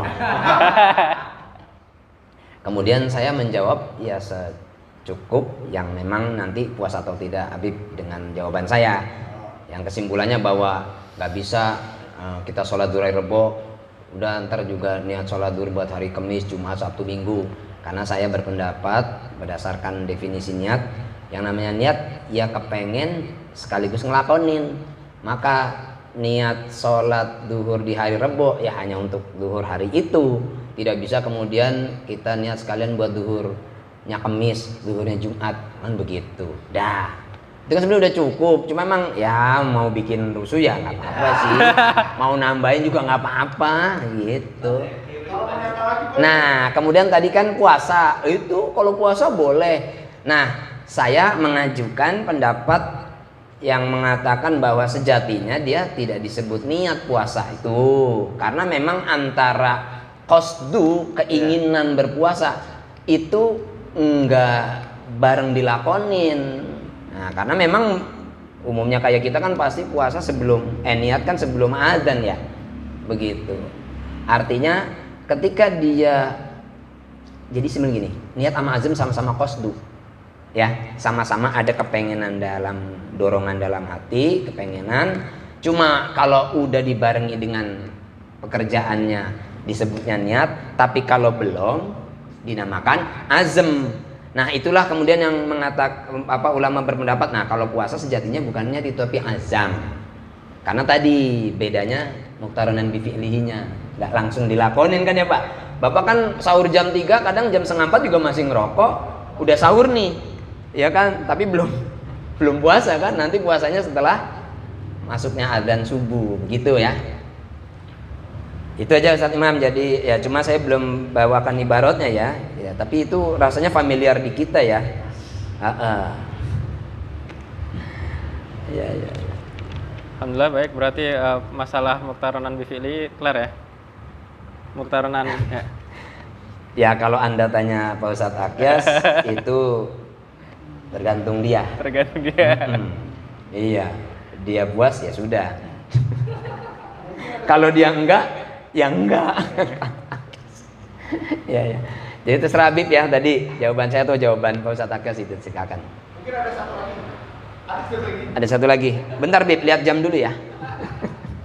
Monggo. Tadi kan ada Mubain bilang kalau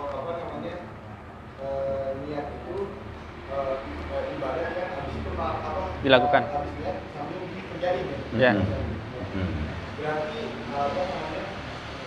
kalau mau saya tarik kesimpulan dari mana Imam Malik yang niat puasa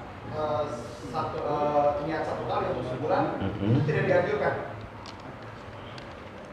Waduh Habib menguji muqaranatul madzhab saya ya. Saya dari kecil sampai sekarang baru bisa menggeluti madzhab Syafi'i saja ya. Jadi nanti tapi silahkan rekan-rekan musyawirin. Nah ini ada pertanyaan yang cukup menarik karena memang itu realita terjadi ya kan, bahwasanya di masjid itu suka ada yang berinisiatif udah kita niatin sebulan gitu ya. Nah berarti kan memang dalam madzhab Imam Malik dan madzhab Maliki tidak ada kriteria tentang muqtarinan bi fi'lihi ya. Sepertinya seperti itu ya, kayaknya begitu ya.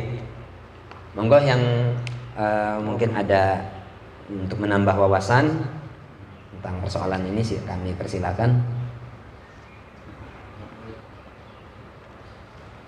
Puasa. Yang tadi kayak beliau bilang kan kalau sholat itu kan mustahil. Jadi kan ibadah satu ke yang satu bukan kesatuan. Jadi ini bergeser ini. Saya nggak mau nanya soal itu. Saya mau nanya soal yang puasanya.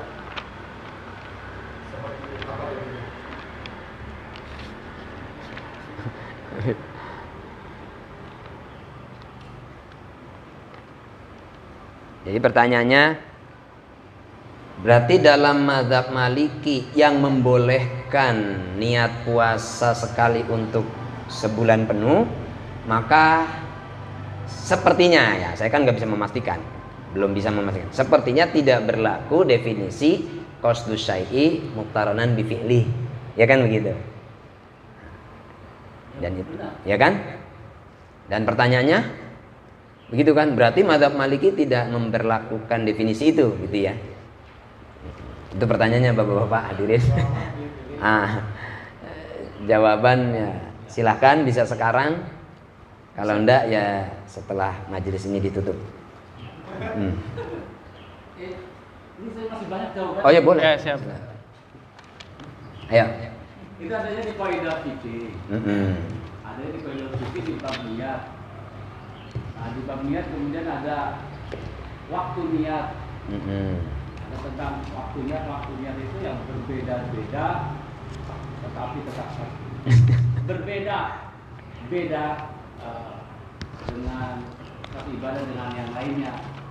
Ada yang harus muqtaronan, ada juga yang tidak boleh muqtaronan. Ya, di antaranya adalah puasa itu tidak boleh muqtaronan bi fi'lihi, batal kalau muqtaronan, maka harus qabla, sebelum masuk waktu subuh harus sudah niat. Ada yang boleh untuk sebelum melakukan ibadah, yaitu zakat. Coba zakat itu memberi. Tapi niat zakatnya kapan? Biasanya dari rumah sudah niat unsur saya mengeluarkan zakat ini sebagai zakat fitrah saya, baru dikasih. Harusnya kan tampan pinampan, aku niat mengeluarkan zakat, terima kan gitu. Boleh zakat fitrah itu dilakukan niatnya sebelum melakukan kegiatan zakat. Ada yang wajib muqtaronat, yaitu sholat. Ini kaidah fikihnya nggak atam. Saya saranin aja ya. Ya, mangga. Kenapa niat itu tadi yang tadi itu harus sebelum maksudnya perbuatan tersebut. Ya. Karena ada hadis malam yubayyin asyam qoblal fajri Ya. asyam malam. Jadi dari tabyid, wujud tabyid, mengingatkan niat ini adalah sebagai keharusan. Niat itu adalah sebelum video lain lah. Ya. Jadi dijelaskan wa dalilu wujubi iqa'in niat lailan bi makna wujubi tabyid, bi makna wujubi tabyid. Oleh karenanya untuk tabyid itu adalah iqa'uha fi juz'in min anja'il laili minal wujudi wal fajri. Nah, jadi untuk puasa itu kebentrok dengan adanya wujud tabyid. Maka tidak boleh muqaranah bi fi'li. Ketika muqaranah bi fi'li maka nanti akan bertentangan dengan wujud tabyid. Oh. Makanya wajib dengan tabyid. Ya, ya. Nah, kemudian yang jadi masalah ditemukan hadis ketika Rasulullah mengatakan lidan ana shaimun. Pas sunati ya. Akhirnya apa? Akhirnya dibedakan kalau itu puasa sunnah. Ya kan? Itu.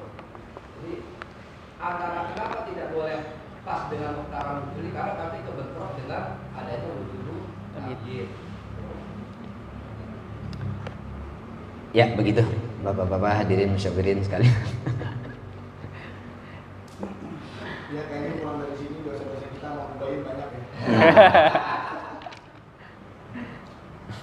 Ini belum seberapa ini Bib. Ini karena di syuting aja, jadi mereka masih membatasi, kalau enggak mah sekarpe. Tapi ya itulah. Saya juga ini belum seberapa. Jadi cara pintar kita tuh menyenangkan, Pak. Karena ngaji kita menyenangkan. Sama saya rusuh dikit. Iya. Ya, baik, terima kasih teman-teman para musyawirin tadi yang memberikan sumbangsi jawaban-jawaban. Karena sejatinya itu kan tidak hanya buat saya ya, tidak hanya antar kita yang penanya dan mubayyin, tapi juga buat kita semua. Ya, walhasil memang majelis ini sebagai pengawal kita mendapatkan pengetahuan. Namun di luar majelis ini kita sejatinya punya banyak waktu juga untuk kemudian menelusuri lebih jauh lagi dan lebih memahamkan ilmu-ilmu tersebut. Silakan moderator. Satu lagi, izin dulu noh. Baik, masalah niat 11.21 dengan azam bisa dibuka lagi Bib, di baik jurinya lebih paham lagi. Jadi cuman berputar di masalah itu doang ya. Jadi masalahnya muter-muter doang, nggak masalah sih. Karena beliaunya aja yang sangat cerdas jadinya, makanya nanyain, membardir narasumber. Iya. Alhamdulillah. Kemudian ada yang ditanyakan kembali satu soal lagi karena udah mendekati zuhur. Ini ada istiqdor hakiki, istiqdor urfi, maulonan hakiki, maulonan urfi, ya. Apa yang dipertanyakannya? Kalau biasanya saya kan pas kalau lagi sholat, usolli fardhu dhuhri, Allahu Akbar. Seakan-akan saya pun baik juga begitu. Usolli fardhu dhuhri itu niatnya ya usolli fardhu dhuhri arba rakaat Allahu Akbar. Ketika Allahu Akbar itu hati tidak dalam keadaan niat, tapi niatnya itu ketika usolli fardhu dhuhri arba rakaat mustaqbil Allahu Siapa tuh? Akbar. Ente gitu? Enggak nanya. Saya tahu kebiasaan baik kayak gitu. Mubayin. Saya itu ente, ya nggak apa-apa. Ini jadi ajang konsultasi Anda, nggak apa-apa. Ya kan ya? Ya Ustaz Imam ya. Silakan, lanjut. Ketika istiqdor kan harusnya niat itu ketika Allahu Akbar, kemudian hati niat Allah, aku niat sholat maghrib 3 rakaat bahkan gitu. Ya. Nah, tapi katanya melafazkan niat itu untuk menolong hati. Kalau menolong hati, usolli fardhul maghribi, maka hatinya itu usolli fardhul maghribi. Ketika Allahu Akbar, hatinya malah Allahu Akbar, bukan usolli fardhul maghribi. Padahal harusnya niat itu ketika Allahu Akbar, usolli fardhul maghribi di hatinya. Nah ini yang terjadi, bolehlah dianggap saya melakukan itu. Nah, iya gitu. Aku juga. Usolli fardhul maghribi, hatinya usolli fardhul maghribi, ketika Allahu Akbar ya hanya Allahu Akbar. Istiqdornya tadi yang waktu sholli fardu gitu ya, ketika baru. Sebelum Allahu Akbar. Ya, baik, Padahal harusnya niat adanya di antara alif sama ro akbar gitu ya istiqdornya. Ya, terus yang ditanyakan apa? Itu sholat saya diterima. Oh, Masya Allah. Pak hadirin kita doakan semoga beliau nih sholatnya bisa lebih baik lagi. Baik. Ya. Ya, tapi ini bagus karena bisa jadi di antara kita atau mungkin hanya sang penanya saja yang mempraktekkan itu kan kita juga nggak tahu. Tapi kita husnudzon beliau ini memang melayani umat-umat yang kemudian malu untuk memaparkan problemnya ya. Begitu. Yang jelas kalau Anda nuduh saya langsung bantah. Wah, aku nggak gitu. Pandai-pandai itu kayak melompat akan jatuh juga. Kamu sendiri kalau Iya. Kajian dijawab. Sholatnya sah tidak? Sholatnya sah tidak? Ya, sah tidak. Oke. Berangkat dari penjelasan kelamaan. Tidak sah sholatnya. Tenang, ini bukan fatwa, ini pandangan hukum pendapat ya enggak. Fatwanya. Mengapa tidak sah? Karena dia tidak melakukan niat di dalam hati ketika takbiratul ihram berlangsung. Itu yang terjadi pada si penanya ya. Adapun kita pada prakteknya yang enggak begitu. Kita tetap melakukan kesunahan usolli fardhu sunat gitu kan. Dan ketika Allahu Akbar kita istighfar murfi gitu. Ketika Allah, saya hatinya tuh ngomong saya niat sholat. Walhasil kalau seperti itu prakteknya ya enggak sah diulangi lagi niatnya. Begitu. Boleh Pak. Iya. Silakan. Mangga. Kalau yang ini nggak berani rusuh saya. Ada salah pertanyaan. Ustaz, bagaimana salat saya ketika saya sholat tidak pakai usolli? Jadi maksud Allah, tapi hatinya aku niat sholat syukur. Iya. Apakah itu sah atau tidak? Yang kedua, ketika mengambil air wudhu mengenai niat, seharusnya kan niat itu apa namanya, ucapan dibanding dengan kerjaan. Iya. Kemudian dia bertanya kepada saya, pertama dia kan pakai bahasa Indonesia dalam hadis juga. Kemudian dia diawali dengan cuci tangan. Ya, tidak berani masuk. Apakah itu sah? Baik. Terima kasih Bapak atas pertanyaannya. Sebelum nanti saya minta pendapat dari teman-teman lain juga, karena ini ditujukan ke saya, jadi izin pertama kali saya menjawab. Pertanyaan pertama, sahkah sholat saya yang ketika niat itu tidak melafalkan usolli fardhu gitu ya? Baik. Jawabannya adalah tetap sah, karena melafadzkan niat dengan lisan, artinya talafud biniat, mengucapkan itu hanya dihukumi sunnah, artinya tidak menjadi penentu sah atau tidaknya. Kesimpulannya sah tanpa menggunakan usolli fardhu gitu. Yang kedua, ketika berwudu seseorang berniatnya ya Pak ya, itu pada waktu cuci tangan ya Pak, gitu ya. Nah, melihat definisi niat dan juga aturan dalam fikih wudu, niat itu kan inda ghusli awwali juz'in minal wajhi. Kapan waktu dilakukan niat dalam wudu? Yaitu ketika membasuh bagian pertama dari wajah. Maka kesimpulannya, kalau niatnya dilakukan sebelum membasuh wajah, ya wudunya belum sah. Seperti itu jawaban pokoknya. Apa maning? Ya Pak ya, bisa di itu. Iya, nolongin Kang Agas. Nolongin Kang Agas. Terima kasih atas. Silakan teman-teman atau Niat kan mau nonton bikin ini kan. ya. Tapi kalau ketika kita takbiratul ihram kok nggak ada khusyuk dalam hati, itu kan niatnya nggak sah. Mas sedikit ada kila boleh niat hati niat setelah takbiratul ihram asalkan mualah dengan itu ada wakilah. Kalau nggak salah di Batu Kuning. Silakan ini lagi. Jadi ya ini saya belum ngasih tahu bahwa saya pandai juga. Iya, belum. Usolli fardul maghribi gunanya apa? Mengucapkan usolli menolong hati.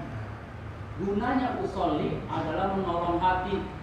Lalu bagaimana hati bisa tertolong sedangkan diucapkannya itu sebelum?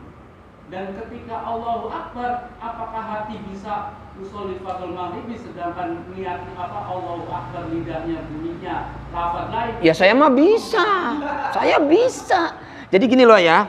Ya. Justru malah mengganggu hati. Itu Anda. Usolli fardul maghribi yang mengganggu hati malah jadi was-was. Oh, Anda begitu? Enggak, kan sekarang. Loh, iya loh. Hati Anda. Oh. Ente. Kok maksain kejadian dia alami diinikan ke saya gitu. Padahal saya enggak begitu. Oke, iya, sampai semua. Saya minta pendukung. Coba masuk akal mana? Ya gini. Mengganggu atau menolong? Allahu Akbar harus usolli. Jelas-jelas liu awinal lisanul kolba. Jelas. Tapi itu kan tadi usolli sebelum Allahu Akbar. Iya.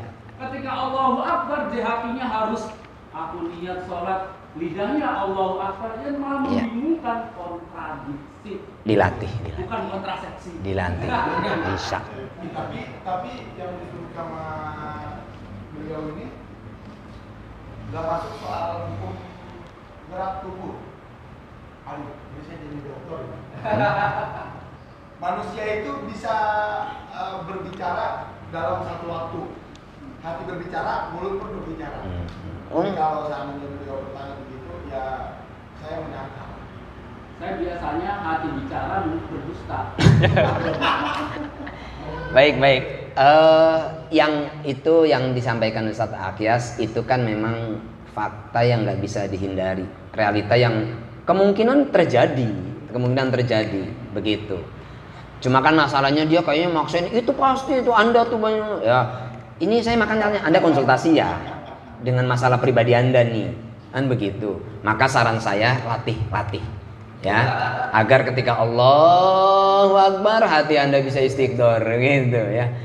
Tetap kita akan berlakukan dan akan kampanyekan talafut biniat. Buat apa Ustaz? Menolong hati Anda itu ya, agar berniat begitu. Caranya gimana Ustaz? Kita tuntun, kita bimbing. Itu bumerang. Bumerang ya? Bagaimana? Jadi tadi Allahu Akbar, hati harus istiqdor. Ya kontradiksi. Padahal tujuan itu menolong, tapi menolongnya nanti. Ya itu ya susah ya, kita nggak bisa maksain kalau pengalaman pribadi untuk kita ini kan gitu ya. Ya monggo Pak Haji, silakan. Ini mah jangan didengar lagi. Monggo. Menurut saya kalau itu jadi nama itu sholli itu laisal niat bukan niat kan? Iya. Ditelah itu qabla kita akbar. Iya. Sebelumnya tahu sumpahku urusan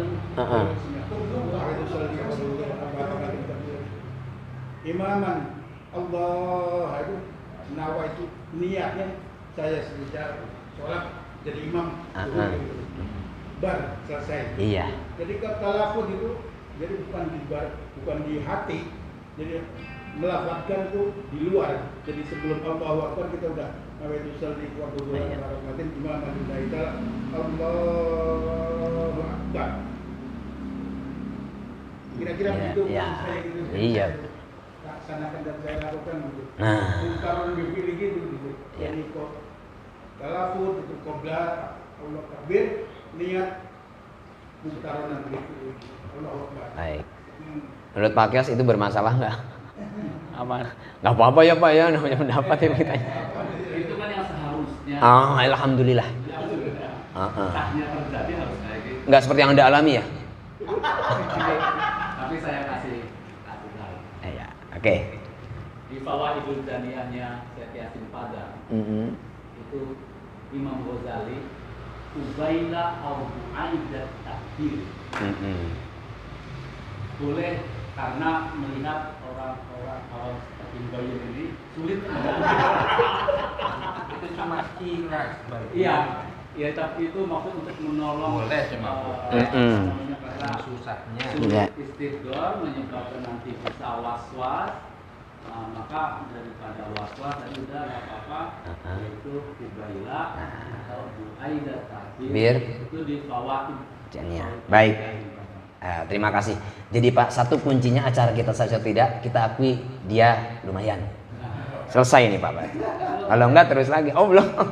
Ya terima kasih Pak Ges. Tadi saya tertarik yang kostum itu kan, bahwasanya ibadah itu kan ada yang wajib, ada yang sunnah.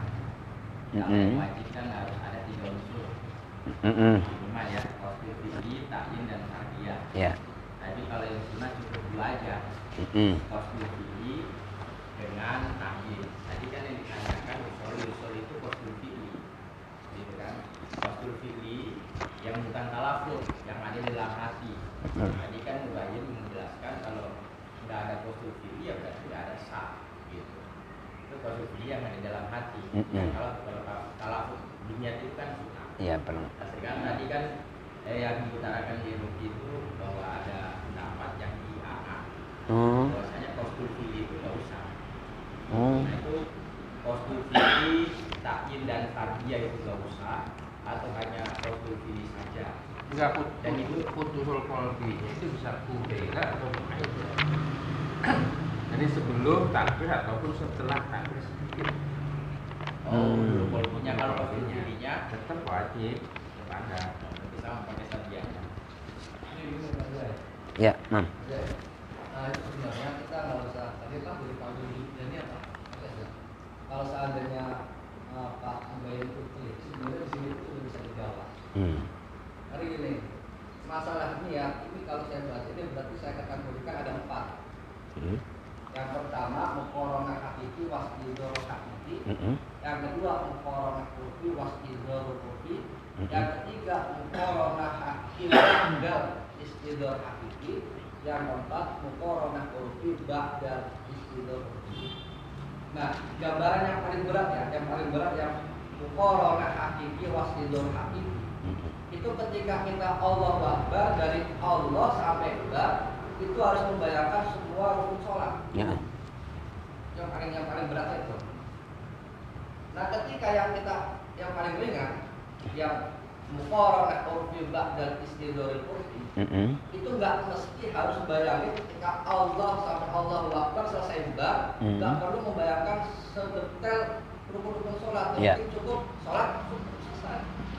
Jadi inilah yang membuat orang-orang itu banyak was-was. Kenapa? Karena bayangkan kita dari Allah sampai Akbar suruh membayangkan semua sholat. Iya. Bukan yang hati kita, tapi yang berarti Pak cukup global. Ya, benar. Dan tadi itu sudah kami sampaikan ya Pak. Ya benar. Ustaz Imam mengulang kembali apa yang tadi kami jelaskan. Walhasil kesimpulannya sebagai solusi umat bahwasanya niat dalam sholat, karena ini rukun sholat yang pertama, kita dalam bertakbiratul ihram ya sudah cukup kewajiban kornun niatnya itu muqaranahnya yang muqaranah urfiyah ya, atau istidornya istidor urfi ya, gampangnya tadi yang sudah kita bahas bersama-sama ya Bapak-bapak. Ketika Allah dalam hati hadirkan, lakukan istiqdor yang nanti otomatis akan terjadi muqaranah ya, muqaranahnya muqaranah yang urfi, yaitu ketika takbir Allah hadirkan dalam hati kita itu ya tadi bentuknya sholat secara global mudah gitu. Kemudian ya tadi saya niat gampangnya Allah hati itu saya niat sholat zuhur fardu karena Allah, cukup ya, jadi nggak sampai detail yang ya. Cukup ya. Benar Pak Ketua. Satu lagi, baik silakan.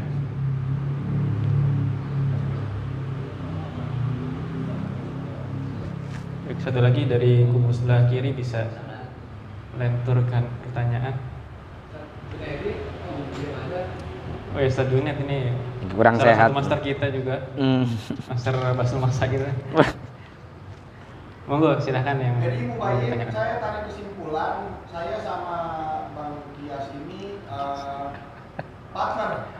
Karena kita tahu jawaban, tapi kita membuat masalah.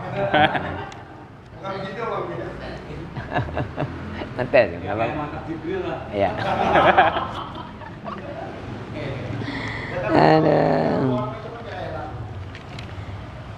Siap, ada yang mau bertanya lagi? Bapak-bapak hadirin. Cukup ya? Baik. Hadratul muhtaramin, para musyawirin mubahitin, kiranya Bahsul Kutub pembahasan kitab Kasyifatus Saja dengan materi Arkanus Shalah kita akhiri sampai di sini.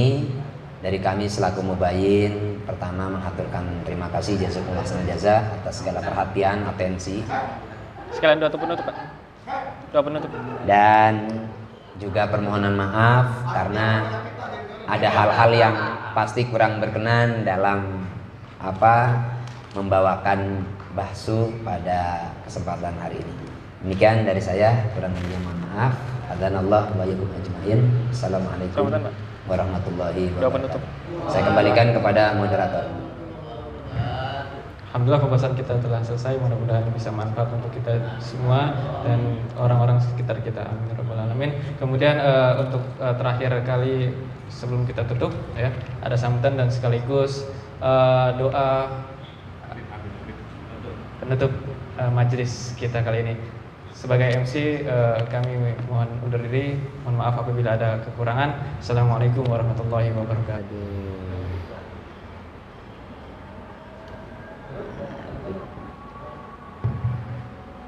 Al-Fatihah. A'udzu billahi minasyaitonir rajim. Bismillahirrahmanirrahim. Alhamdulillahirabbil alamin. Iyyaka na'budu wa iyyaka nasta'in. Ihdinas siratal mustaqim. Wa bisulil Fatihah wa bi qira'atil Fatihah wa bi mujizati ayatil Fatihah. Iftah lana abwaabal khairat waftah lana abwaabal ilmi wal hikmah waftah lana abwaabal rizqi wal barakah waftah lana abwaabas sihah wal afiyah birahmatika ya arhamar rahimin. Da'wahu biha subhanakallahumma wa tahiyyatu biha salam wa akhiru da'wana alhamdulillahi rabbil alamin. Alhamdulillah.